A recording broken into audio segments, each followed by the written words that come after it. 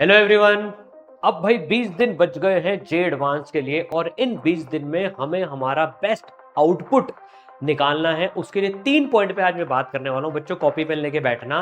मेरी 41 रैंक आई, इतने सारे बच्चों के टॉप 100 में जो रैंक आती वो क्या स्पेशल करते हैं, प्लस इन 20 दिन में हमारा बेस्ट कैसे थे। सबसे बड़ी बात तो है यार, इस 20 दिन में जो पहला नंबर का पॉइंट है कि इस 20 दिन में बड़े तरह तरह के ख्याल आते हैं। होगा नहीं होगा, मेरी जेई मेन में तो इतनी है, इससे बड़ी आएगी नहीं आएगी, टेस्ट में नंबर कम आ रहे हैं, और हम डीमोटिवेट हो जाते हैं। उस डीमोटिवेशन से हमारी ही एफिशिएंसी घटती है। तो एक बात बच्चों ध्यान रखना है, जो बेकार के थॉट्स आ रहे हैं उनको कहना भैया 17 मई के बाद आना, तब मैं एंटरटेन करूंगा मस्ती से। अभी उसमें अगर आप टाइम वेस्ट करते हो तो वो और किसी की गलती नहीं होगी, वो आपकी ही गलती होगी। ध्यान रखना इस बात को। बस अपना मोटिवेशन नहीं रख के, मन अच्छा रख के जितनी आप मैक्सिमम प्रिपरेशन कर सकते हो वो प्रिपरेशन आपको करनी है। Don't let anything waste your time. Cool रह के तैयारी करनी है। दूसरे नंबर का जो पॉइंट है, डेली शेड्यूल बहुत ज्यादा इंपॉर्टेंट होता है।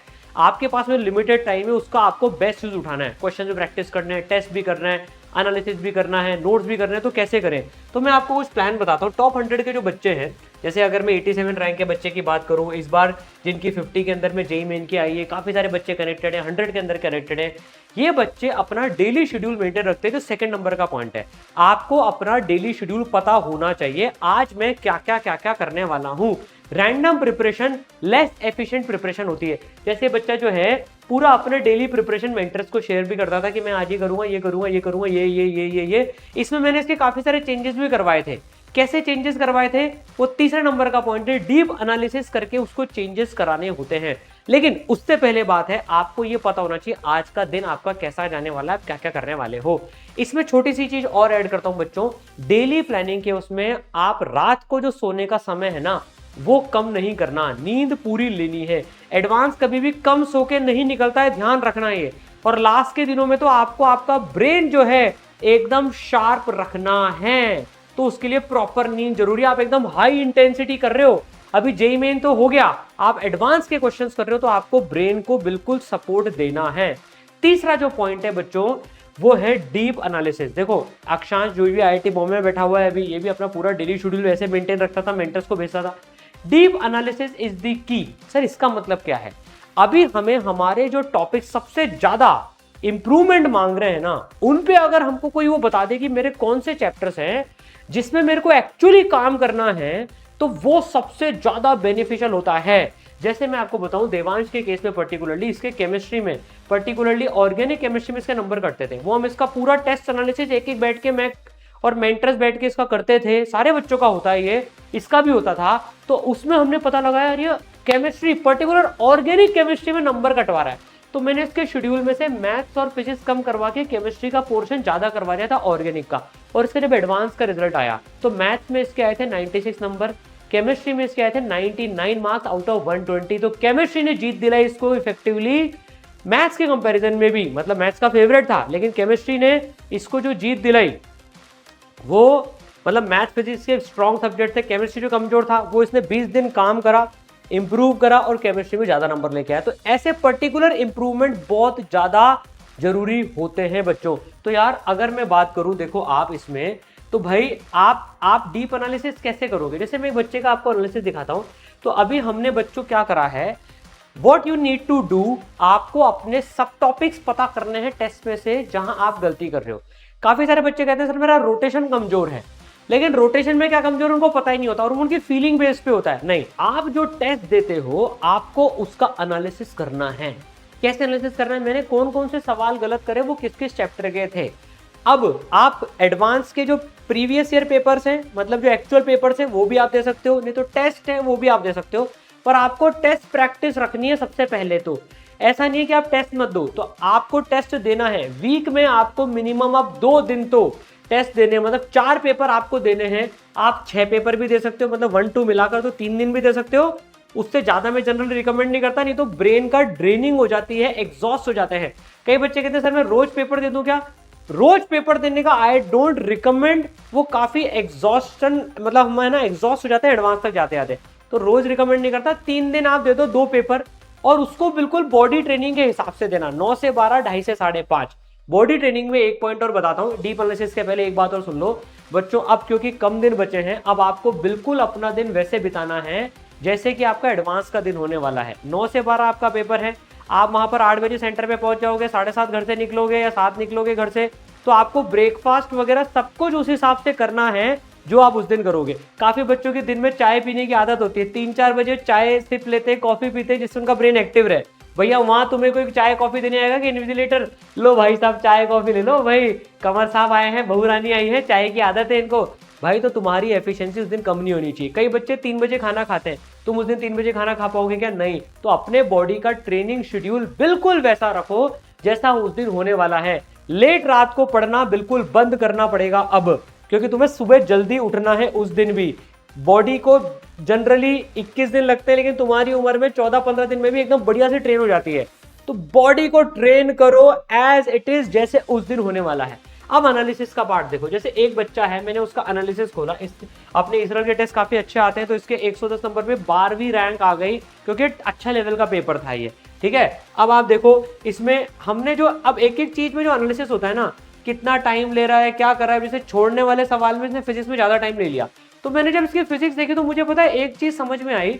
मैंने इसकी फिजिक्स का पहला क्वेश्चन देखा, देखो ये बच्चे की अभी 1000 के अंडर में रैंक आई है जेई मेन में, और इसका जेड एडवांस बहुत स्ट्रांग है, ठीक है ना। अब देखो तो यार थर्मोडायनेमिक्स जो है, जैसे इसने ना 2% बच्चों ने जो सवाल सही किया, अपनी ऐप के एनालिसिस में हर टेस्ट में ये भी आता है कितने % बच्चों ने सही किया, इस बच्चे ने कितना टाइम लिया, और जिन्होंने सही किया उसने कितना टाइम लिया। तो देखो ये 2% सवाल, ये काफी अच्छा सवाल था, है ना, 2% बच्चों ने सही किया। अभी इसके ट्रैप में फंस गया, इसने 8 मिनट 27 सेकंड दे दिए उस क्वेश्चन में, और इसको छोड़ दिया इसने यहाँ पर, जिनसे हुआ उसने 4 मिनट में खत्म कर लिया। फिर ये सवाल करता रहा, तो 4 मिनट 13 सेकंड में एक सवाल कर लिया, गलत हुआ, ठीक है। फिर इसने 6 मिनट में एक सवाल कर लिया, 3 मिनट में कर लिया। फिर इलेक्ट्रोमैग्नेटिक वेव्स का एक अच्छा सवाल फिर फंस गया, तो ये यहाँ पर 8 मिनट 19 सेकंड दे गया। तो इसको इससे यह सीखना है कि यार मैं सारे सवाल 4 से 5 मिनट में सही कर रहा हूं, तो अगर मैं किसी सवाल में 8 मिनट ले रहा हूं ना, तो मेरे को वहां पर मतलब मैं ट्रैप में फंस रहा हूं।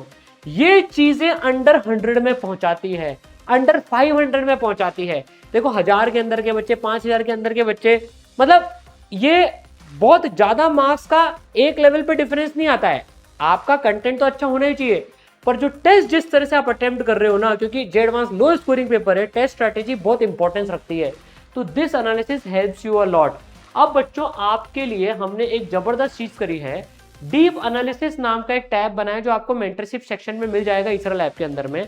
आपने जनवरी एंड से, मतलब जेई मेन के बाद में जितने भी जे एडवांस के टेस्ट दिए हैं, हमने उसमें सारे सब टॉपिक्स आपके हर सवाल के आइडेंटिफाई करें, चैप्टर आइडेंटिफाई करें, आपने कौन से सब टॉपिक में कितने सही, कितने गलत, कितने छोड़े। जैसे हर टेस्ट में तो आपको मिल ही जाता है बच्चों नीचे, आप अगर इसराइल की इस पे रिपोर्ट में देखेंगे तो आपको नीचे ये पता पड़ जाएगा कि हर टेस्ट में कौन से, हर चैप्टर के मैंने कौन से सब टॉपिक के कितने सवाल गलत करे, सही करे, ये सारी चीजें आपको पूरी की पूरी यहाँ पर मिल जाती है।